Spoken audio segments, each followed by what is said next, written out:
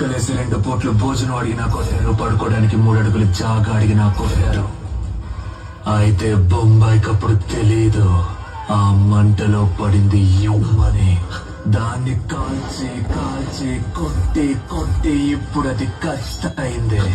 ఆ కత్తికి తెలిసింది ఒకటే, नहीं रे तेरे बाप का है और तेरा बाप